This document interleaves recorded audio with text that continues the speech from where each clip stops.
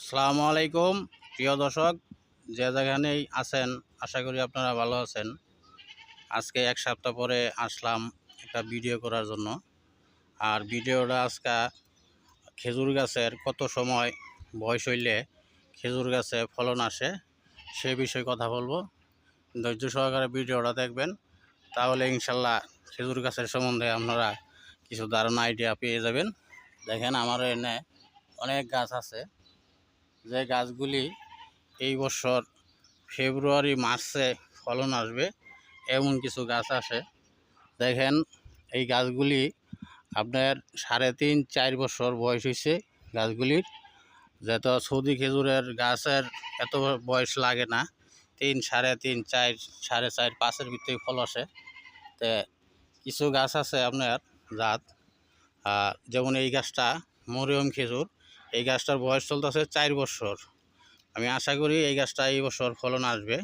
এই কারণে বলছি যে গত বছর পুরুষগুলির ফুল আইসা গেছে, তো মেয়ে চারাগুলি আমি আবার এরকম বড় বড় ড্রামে রোপণ করছি বাইসা বাইসা। তো ফল আসার আগে এই যে ডালগুলি দেখতেছেন, এই ডালগুলি অনেকটা গ্যাপ হয়, মানে ফাঁক ফাঁক হয়, যার কারণে বলছি এই গাছটাতে আমি আশাবাদী এই বছর এই ফেব্রুয়ারি মার্চ এই 2 মাসের ভিতরে ইনশাল্লাহ এই গাছটিতে ফলন আসবে। এরকম আরও কিছু গাছ আছে আপনারা দেখাইতেছি।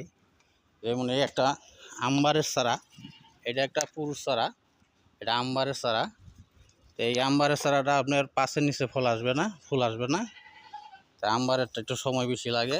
আর একটা মরিয়মের গাছ দেখাইতেছি, দেখেন এই গাছটাও সিম আপনার ওই গাছটার মতোই। এই গাছটার বয়স আপনার 4 চলতেছে। এই গাছটা তো আমি আশাবাদী এই বছর ফলন আসবে। এই যে দেখেন এইটা একটা ড্রাম করা গাছ, এই গাছটা দেখেন চেহারা অনেক সুন্দর গাছ। তো এরকম অসংখ্য চারা আছে আমার ধারে।